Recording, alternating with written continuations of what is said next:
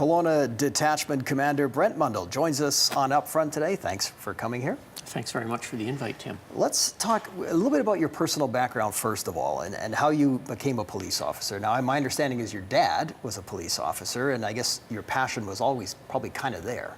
That's correct. My dad was an RCMP officer for 30 years, and I'd grown up around policing and was certainly very interested in the profession. And when I graduated from high school, I went to post-secondary education, and I studied criminology. And once I completed my courses there, I applied to join the RCMP. How long did that take? Well, it was a little over a 2-year process after I put my application. Jobs in between, or?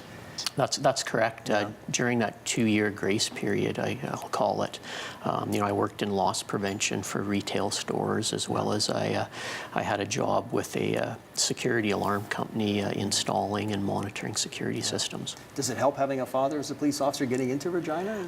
I don't know if it helped that much, but it certainly prepared me for what I was going to see on the job. Yeah. Did your dad offer you like advice, that kind of thing, or I mean? Yeah, my dad never encouraged me to be a police officer, but he's always been certainly supportive of me. He wanted me to choose the profession that I wanted to be involved in, and leading from his example, I was very much interested in policing, so that's the course I chose. Well, let's talk about the beginning of your career. Where did you go? What kinds of things did you do early on? Okay, so I went to my RCMP training in Regina. As part of that, though, I also had the opportunity to spend 6 months in Montreal to learn French at that time. Okay. And after my graduation from our training academy, I was posted to Northern Alberta. I worked in a small community called Fairview for 5 years. Then I worked in Grand Prairie. Then I moved down to a position in our headquarters in Edmonton, Alberta, and then I worked in Stony Plain and St. Albert before coming to Kelowna here. Okay, and did you get into like detective work? I think you mentioned to me off camera. Maybe talk a little bit about that. Okay.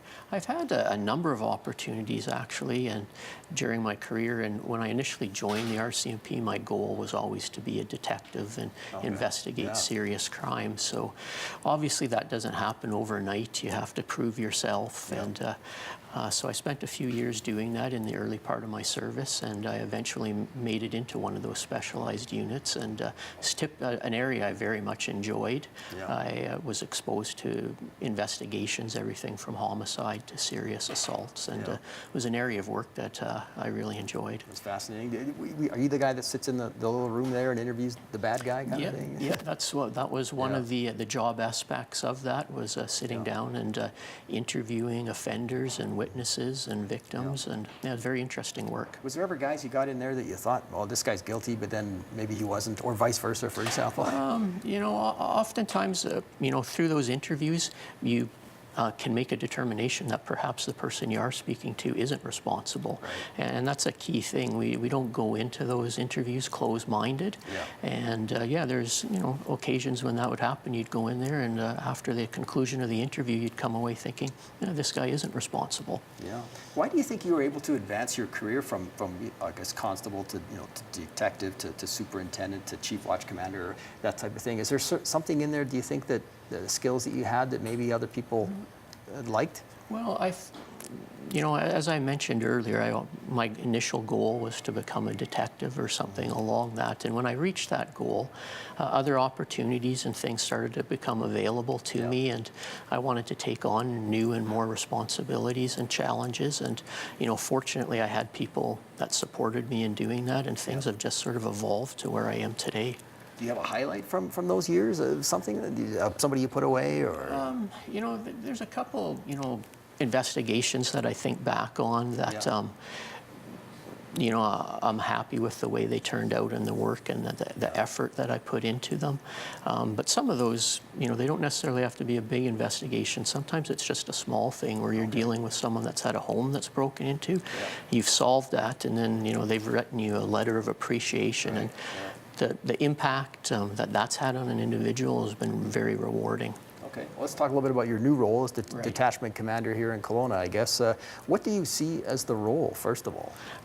I see my role on a number of different levels. Obviously, I have a responsibility to the community. Yeah. We have a crime reduction strategy here in Kelowna that we're continuing to drive forward, and obviously, it's my goal to move that forward to improve things with here in the city. And I have a responsibility to all the employees or the people that I work with at the office, and ensuring that they're properly equipped and healthy, and they're getting the support that they need to carry out the functions that we expect of them here in the city. Yeah. What was the staff morale like when you took over? And is there?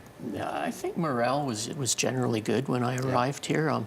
I've mentioned before, morale is something that's impacted by internal and external factors, and Right. some of those can change day to day. Yeah. But with the move to the new building and just ensuring our people are supported, I think our morale's been improving. Let's talk about that new building a little bit, because that's a big move for the Kelowna RCMP. What are your thoughts on the building, and what kinds of things do you have there that you didn't have on Doyle? Well, I'll be completely upfront. I love the new building. Yeah. It's the first opportunity I've had in my career to work in a new facility, and I've worked in a few, I'll call them horrible places, to say the least. For sure. But the new building has a lot of factors that our old building on Doyle didn't have. And Right. Space is one of them. We were pretty much on top of each other at the old building. The new building, there's lots of room for expansion in the future, both physically and with the way it's been built now. We have more interview rooms, we have meeting rooms. Our forensic identification section now has a proper lab for doing some of the work that they do, and specialized bays for doing examinations of vehicles. Yeah. Our cell block is much improved, which is a big benefit to our employees as well as the people that get housed there. Yeah. So there's been a huge improvement in the detachment and just bringing it up to current standards of the day. Yeah, and you said sort of set up for the future too, so if you need to, I guess, expand further, you can do that? Yeah, the way the building was built, it was designed that there's an opportunity for physical expansion. So, just to throw out a number, maybe 10 or 15 years, if we needed to add on some more space, there's an ability to do that. We'll take a short break now and come back with more with Kelowna Detachment Commander Brent Mundle.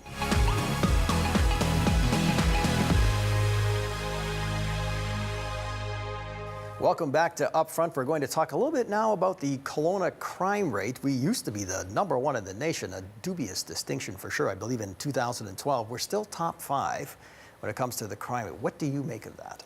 Well, I think in 2012 was obviously a bit of a banner year in the sense of the way that was reported.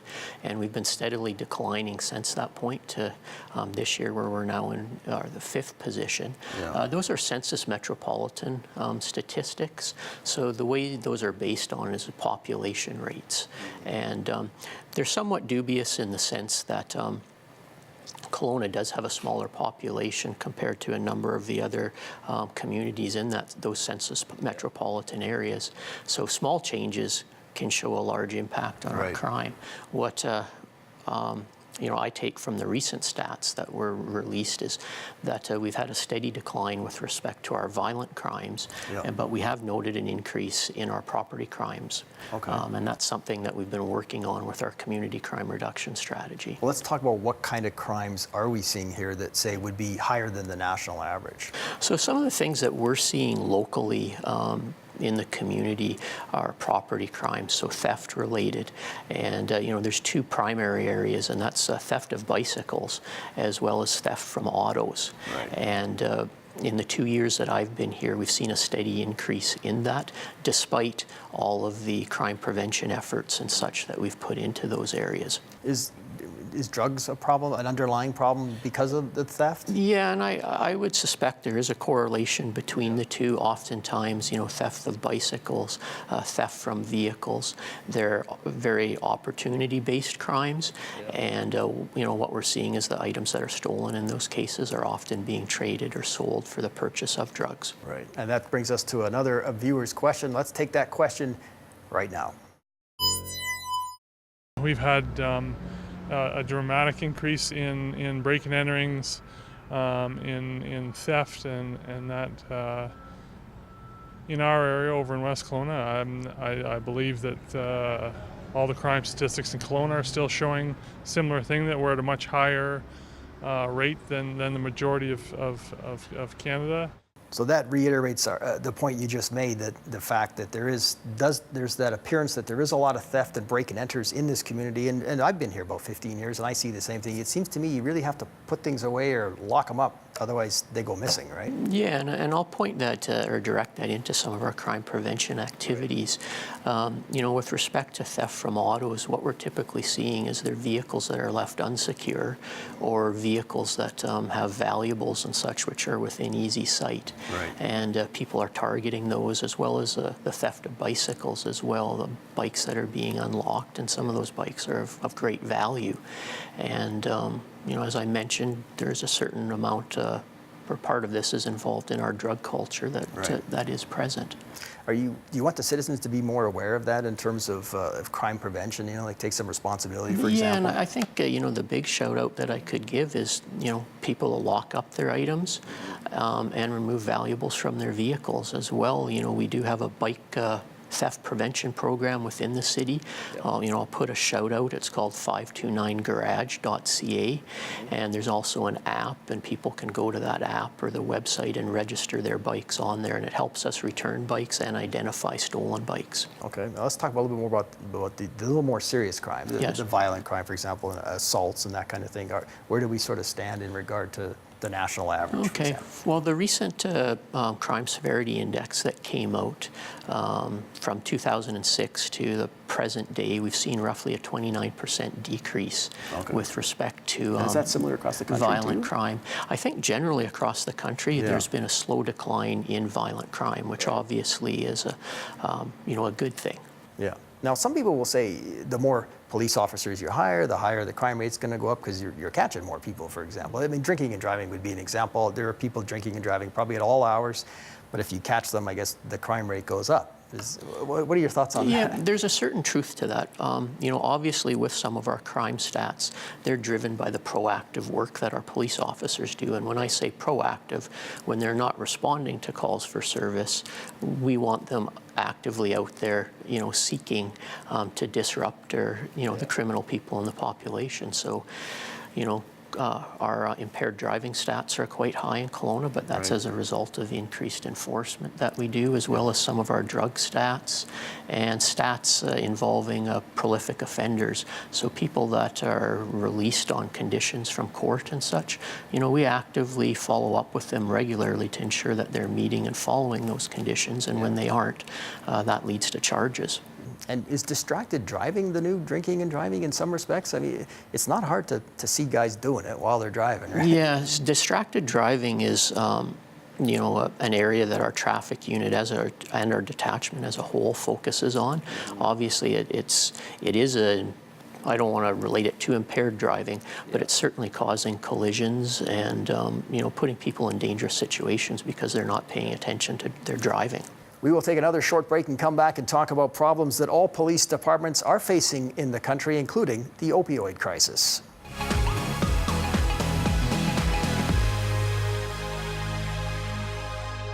In this segment, we'll talk about some problems that all police departments are facing, and we take another question from a viewer, and this relates to the fentanyl crisis. My question for the RCMP is, I'm just wondering how they're going to deal with this this epidemic about the fentanyl thing that's going on in our city, killing all of our street people, and not only that, like our at-home people that are addicted to the opiates and stuff. So the question relates to fentanyl and the crisis that's really hitting our streets, and Kelowna is one community that's been hit hard by this. This is a really tough problem for police officers, I'd imagine. It's not easy to detect, it's not easy to stop. This stuff can be made in a garage, for example. How are you guys dealing with this issue? Well, on a local level, we're certainly involved in street-level enforcement and mid-level enforcement with respect to detecting people that are selling and manufacturing fentanyl locally. Yeah.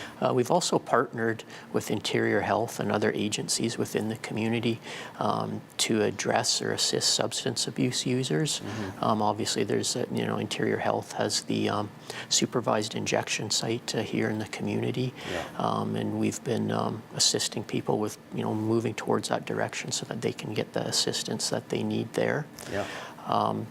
Is it a tough problem to tackle? I mean, it's not like in the old days where cocaine came from, say, Colombia or something like that, and you had certain routes and you had certain ways of getting these guys. This stuff seems to be all over the place. Yeah, so we're starting to find when we're doing some of our drug arrests that fentanyl is present more and more in the different types of drugs that we're seizing. Yeah. It can be imported and sold through the internet, which is difficult for us to deal with. Yeah. And as I said, we're dealing with the street level trafficking here within the community, and recently, over the last 2 months, we've had a number of successes with regards to projects that we've done there. All our officers have been trained with the use of naloxone, and they carry it so that when they come in contact with someone that is in distress, they can administer it and save a life. Is there meetings at sort of national levels and that kind of thing between superintendents and that sort of thing to sort of, this is becoming a real crisis, isn't it? Yeah, it's certainly a large interest for police at the national and international level. So, the Canadian Chiefs of Police are involved in it, our federal government. There's steps being put in place to regulate certain items coming into the country that are used to sell and distribute fentanyl. There was a big bust in New York just the other day of fentanyl, enough fentanyl apparently to kill 32 million users. So the numbers are they're staggering, really, aren't they? It's staggering, and there's big profits to be made. So for sure, yeah. We have another question from a viewer, and this one relates to homelessness. I think that right now downtown Kelowna there is a lot of issues with homelessness, and I completely understand the people that are homeless, that they've sometimes have been in bad situations, and but I do think that sometimes we need to help move them to a place where they're more comfortable. How do police respond to the suggestion that we should be sort of moving homeless people onto somewhere where they're more comfortable? Homelessness is a social issue within the community, and I think it's very difficult to deal with from a police perspective, because just because you're homeless doesn't suggest that you're criminal or you're involved in criminality. So oftentimes we're working with different groups within the community to support people we come in contact with. Just recently, the City Council of Kelowna struck the Journey Home task force to deal with homelessness in the community. I'm a member of that committee now.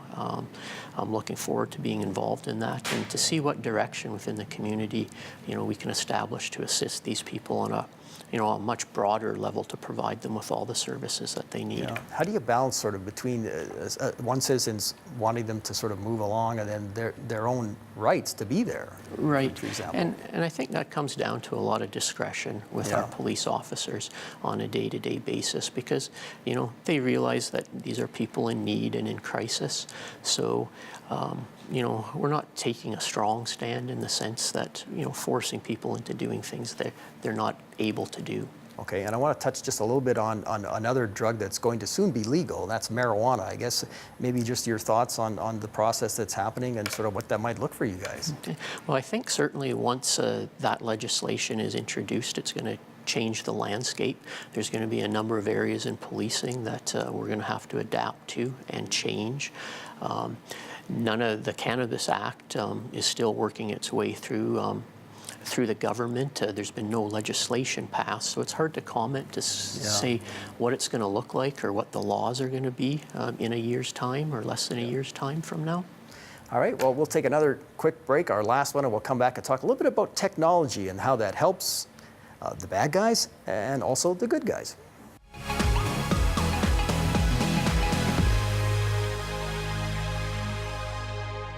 Welcome back to Upfront. Technology has certainly been used by criminals to scam people, make money, sell drugs, for example.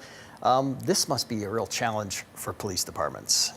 Yeah, increases in technology are basically a double-edged sword because they've improved our ability to investigate crimes, but at the same time, advances in technology are creating new crimes and making it difficult in some cases to keep abreast of all the changing things that are coming about. Well, let's talk a little bit about the police force, using technology. The big one, of course, over the last few decades has been the DNA technology and cell phone tracking, computer tracking, GPS, that kind of thing. You can sort of pinpoint where people are when they say they're over here, they're actually over there kind of thing.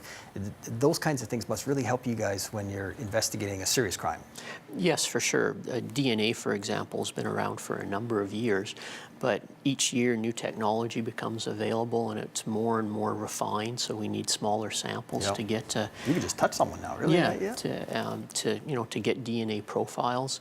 There's a national DNA data bank as well, which assists us, known offenders. If when they're convicted, there can be orders placed against them to provide their DNA that goes into the bank, which can then be compared to DNA that we locate at crime scenes. So very big steps for us. And technology too, like cell phones and computers, you can get a warrant for that, right? Yeah, so there's not too many crimes or too many investigations these days where there isn't a technology factor, where we're examining a cell phone or we're examining a computer or something like that for evidence.